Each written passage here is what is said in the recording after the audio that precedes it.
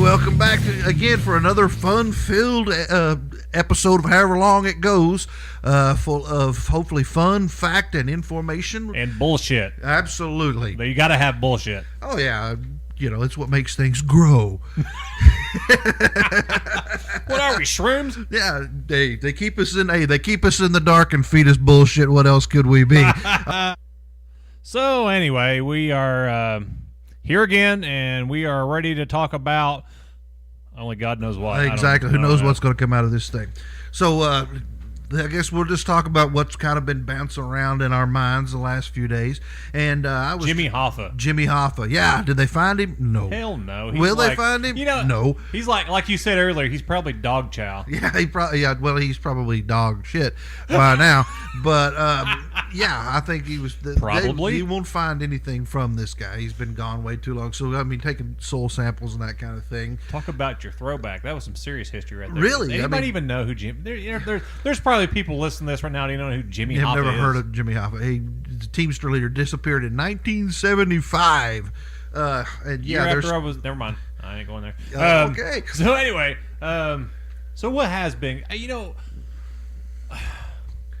I know what I want to talk about. Okay. Death panels. Death panels. Okay, death panels. Does anybody know what the death panel is? Well, I know what. It depends on who you ask and what side of the aisle they sit on. This is true. Now, because if you recall, back when this whole Obamacare debacle started, okay, when they were going to revamp everything because our system, and it is going broke. Don't make any doubt, guys. We can't afford it the way that it is.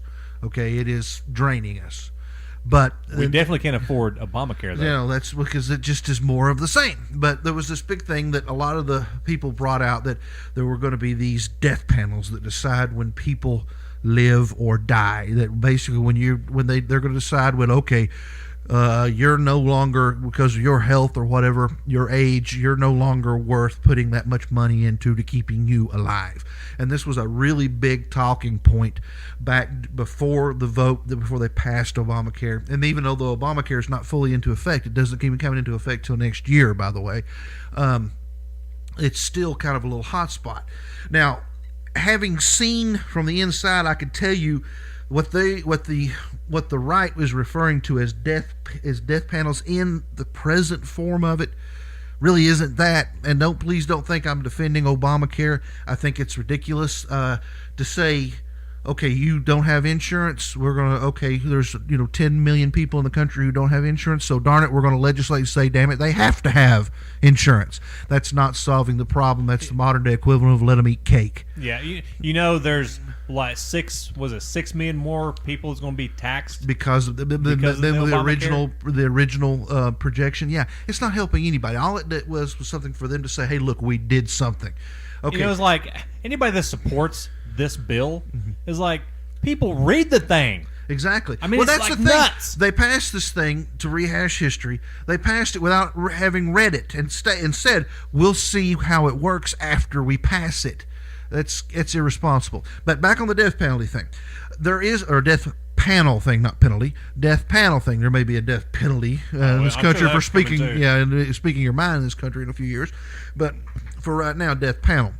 There really is no provision in it to, this has any kind of Kevorkian thing where they're going to assist your suicide or put you out. What there is a requirement to discuss things called living wills and advance directives. Now, guys, this is something we already have, all right? This is something that in our country we've had for years, and a lot of people do these things, and they're voluntarily, and this is something that says, basically, it's a piece of paper that says, I don't wish my life to be prolonged by artificial means. And you could say, I don't ever want tube feeding, or I don't want to be put on a ventilator, or what have you. You can specify. Okay, it's not anything that says they're going to put you out of your misery. It just basically says, these are things I don't want. It's designed to stop it before it happens. Okay, and it kind of goes along the same thing with power of attorney and this sort of thing, where somebody else is calling the shots. Because the thing about being put on a ventilator, by the way, is generally when you're at the point where they're going to have to put you on a ventilator, you're not in any shape to say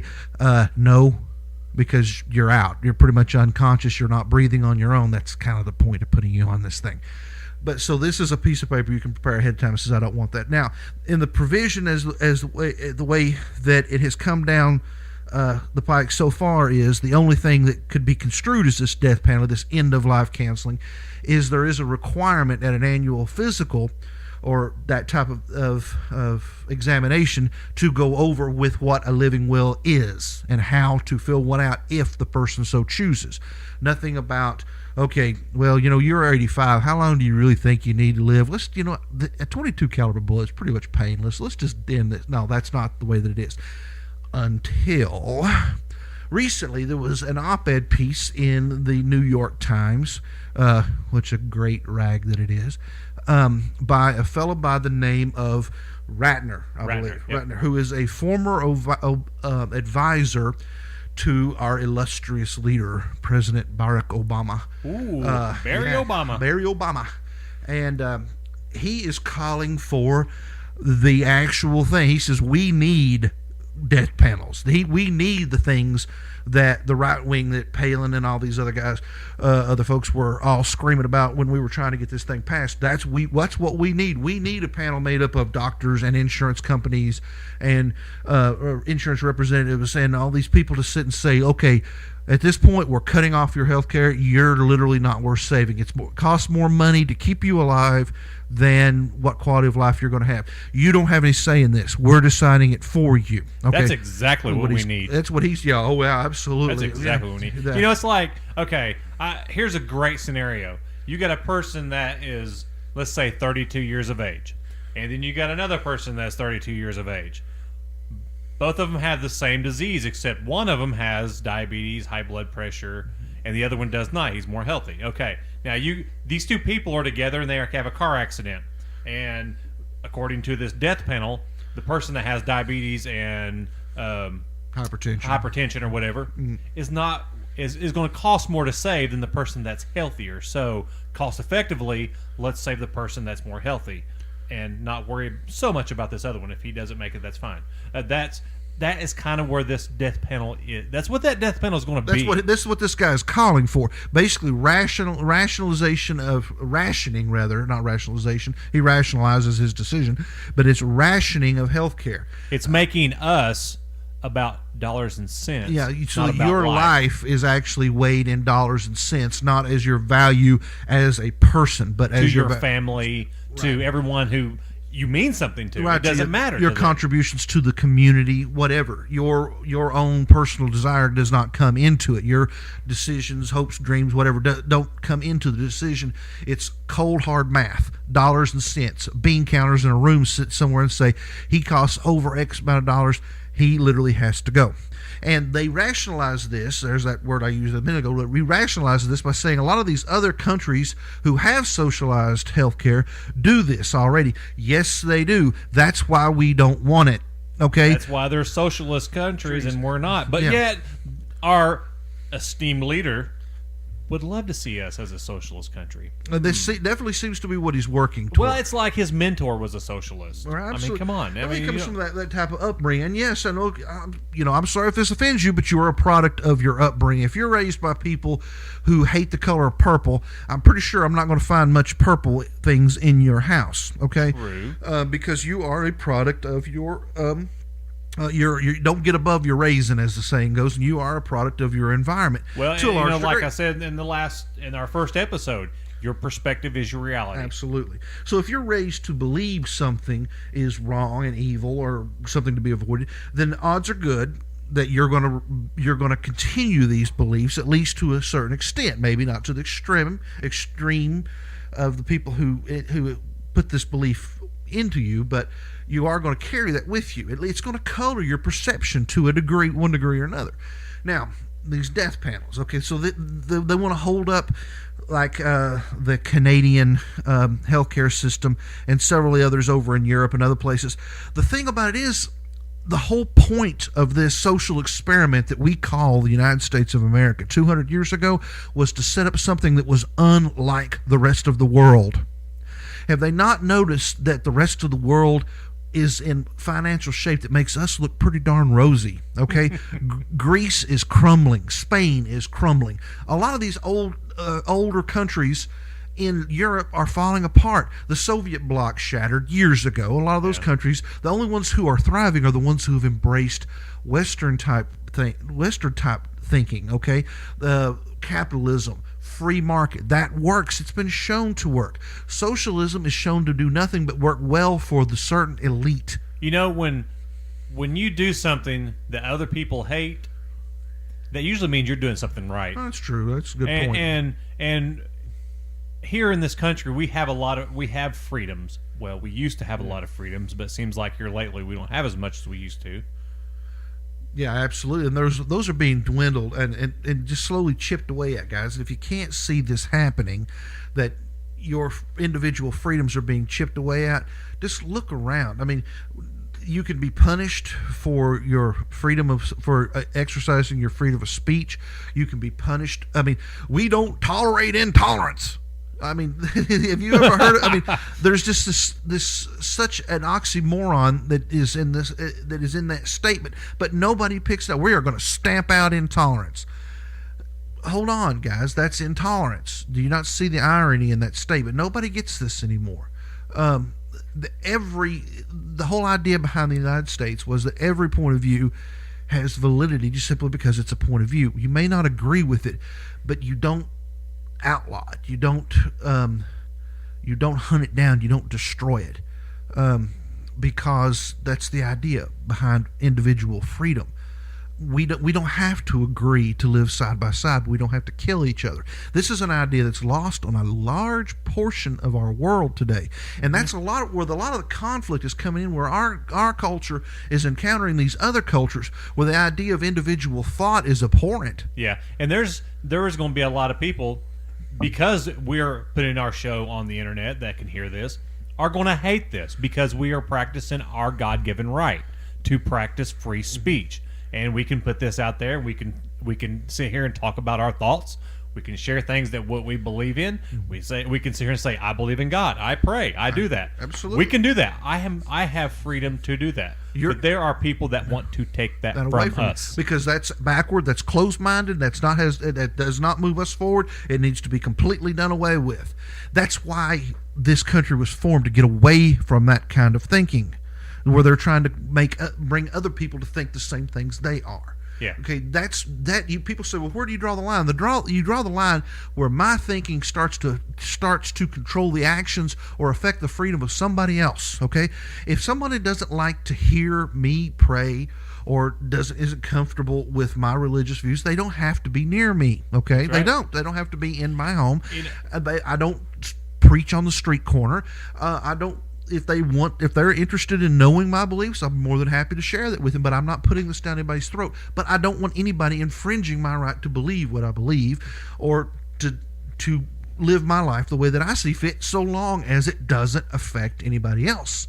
It doesn't infringe on anybody else's freedoms. Exactly. And Doc and I live in East Tennessee, and therefore we are fans of the Tennessee Vols. Oh, yeah. Go Vols. And there was an article recently that I was reading that there was the situation, I think it was the Florida game, I think it was, where they had prayer. Oh, yeah. There were people saying, well, we don't think you should do that, and we don't think that's right, that you have prayer and you're forcing us to listen to it. You know what? You can go buy beer, do whatever you want, do your concessions. You don't have to stand there and listen to it. If you don't want to hear it, walk out. A little advice, don't buy it. It's overpriced and it's watered down, man. Sneak your own in. But, I mean, it's like, that's the way it is. If you don't want to listen, close your ears. Turn off this show. If you don't want to hear what we have to say, you can start it off at any time. That's your right. Absolutely. This is our right. We're exercising our right. And that's what I don't understand, why they're wanting to take this from us. Because I tell you why they don't want to take it from us, because we're standing against them. That's exactly why they won't take it from us. Get in line. Stand up straight. Do what we tell you when we tell you, and you're going to be perfectly fine and happy. If not, well, then you may just have to go away. That's right. Oh, and that brings me to another point. If you stand up against this regime, they've made it a law now where they can detain you. They can put you in prison for no reason at all. Absolutely, without having to prove any sort of guilt. I mean, they've taken away our whole concept of innocent until proven guilty. They've taken away the constitutional right of habeas corpus, which, if your Latin's not up, means produce the body. Literally means that they have to keep track of you and have to have a reason to incarcerate you, and they have to have a set date as to when your release would be possible. These are things that our Constitution guarantees. These are rights that say, because these were things that we were subjected to before the Revolutionary War, okay, that we said when you could be put into prison for disagreeing with the crown and kept there forever. And we're not making this up, folks. You can look it up on the internet. What is it? What is it called? Do you remember right off? This was the Defense Budget Act of 2012, and basically what it built on was some things that Bush did. Now, if you remember for a few minutes on our last episode, I showed you the certain things that Bush did we don't agree with, and this is one of the things we're going to get into. He did this whole Patriot Act, which on the surface sounds good, but the ramifications of it are dangerous to our freedom, and that is one of the things is this ability to incarcerate people without any court, without any proof of guilt, without any sort of really any kind of documentation or any concern for individual rights. Now, this was meant strictly for enemy combatants. Okay, now during the time of war, we have a Geneva Convention that governs how a nation is supposed to behave, treat its prisoners of war, and that kind of thing. This is completely aside from that, and plus the fact that we have never actually, they call it the War on Terror, but there's not a declared war. Okay, we're not in a state of national war. We are not at war with a foreign power, okay, like there was in, say, World War II, or even a policing action that was declared, like in Vietnam. It was never actually declared as a war, but it was considered a policing action. Okay. Real quick, the actual name is National Defense Authorization Act of fiscal year 2012. Look it up. Okay, yeah, look this up, read this, and read it carefully. But it expanded on those things that Bush put down about this, and it expanded to include, and the reason they did this, they said, because now there are certain organizations that were not in existence then. Okay, first off, then why are we worried about them if they weren't, part of that? But anyway, organizations that were not in existence at that time, so to include it, basically the wording of it states affiliated with Al-Qaeda or involved with Al-Qaeda in some way. And it includes the right to incarcerate American citizens. So if you're doing something they don't want you to do, they can just say, well, you know what? You were affiliated with Al-Qaeda, so we're going to throw you in prison. Domestic That's all they gotta terrorist. say. You are a domestic terrorist. Yeah. And we suspect that you may be doing the will of Al-Qaeda. Maybe you don't even realize that. Maybe you've been subverted, but we're going to put you in prison for as long as we decide. And there's one little thing that says this is one of the things the politicians are love to throw out about this when you bring it up. It says, there is a section that said this does not apply to American citizens. Yeah, it does say that, but what it says is it's not mandatory. The mandatory imprisonment is not, it's not mandatory for American citizens, but it is an option. This goes a lot along with Obama's has made an executive order where he has sanctioned the assassination of American citizens without trial. Guys, this is totalitarianism, okay?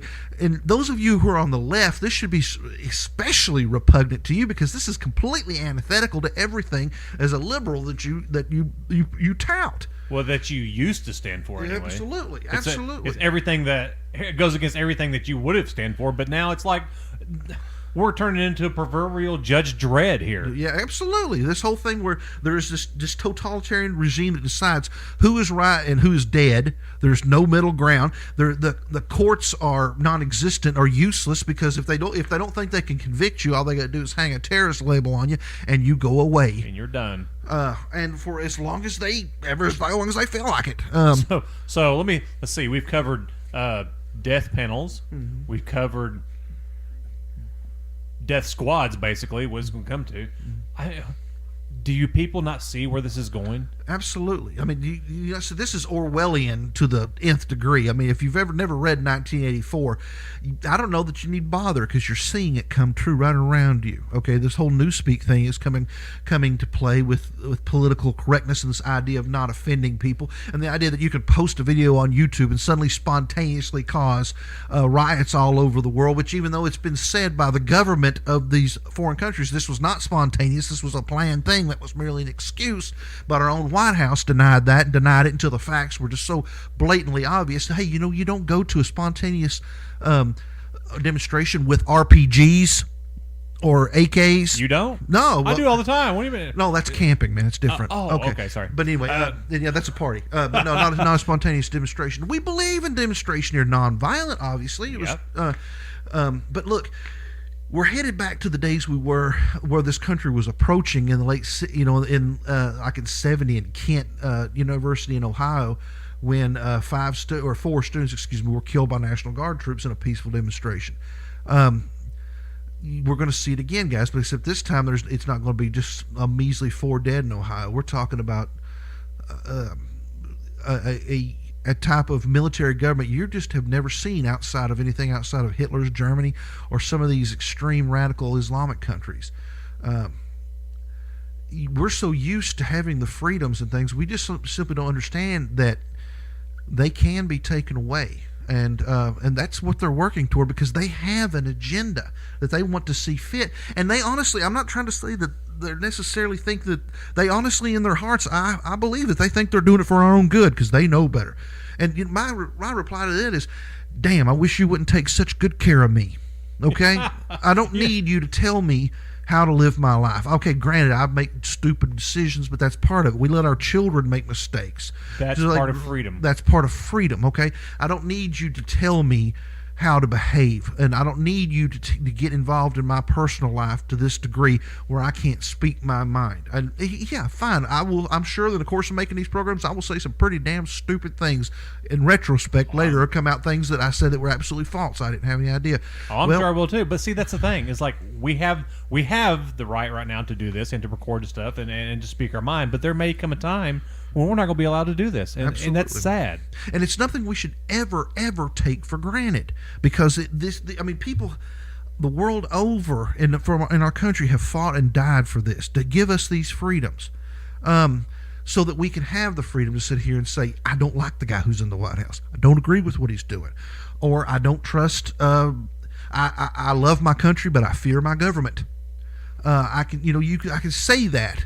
There are places in the world where that would literally get me killed, or at least arrested, and heavily disciplined, or worse, my family detained, property and things seized. Well, here we believe in the rule of law, and the laws here are set up to protect individual freedom and individual rights. But this is being eroded, folks, and the way that this country is set up now, and this again is both parties. Please don't think that I'm just demonizing these guys who are in the White House right now. Don't like them. Don't agree with much they do. But there's a lot of things that the right wing does that pisses me off just as bad. When we get a Republican in there, you'll hear me run him down. Okay. But anyway, what I was saying here is these things, you cannot take them for granted.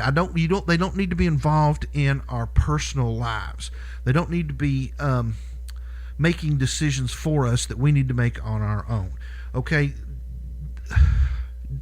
the government has, as it is, much too much power, much too much control, and they're agreed with 100% with freedom of speech as long as I'm saying things they agree with. Yep.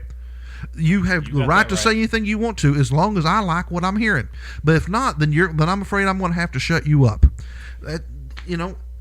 And that's not what it's about. That's not the founding principles of this country. That's why it's different than any place else in the world. It needs to be different. There's never been any place like this country before. There's never been this degree of success. There's never been this high across the board standard of living that we have here. It's unheard of in the rest of the world. Yeah, and the United States of America used to be, there are people that have wanted to come to this country for the freedoms we have, and there are people that are like, it's like, man, it's time to get out of here. Absolutely. And that is just so shameful, because the United States, man, was like the beacon for the world, the shining beacon. The beacon's grown dim, people. We've got to relight this beacon. And see, that's the thing. We need to stay different. We need to be a different place. We don't need to be like the rest of the world. That was the point of founding this thing, because the rest of the world was in sad shape.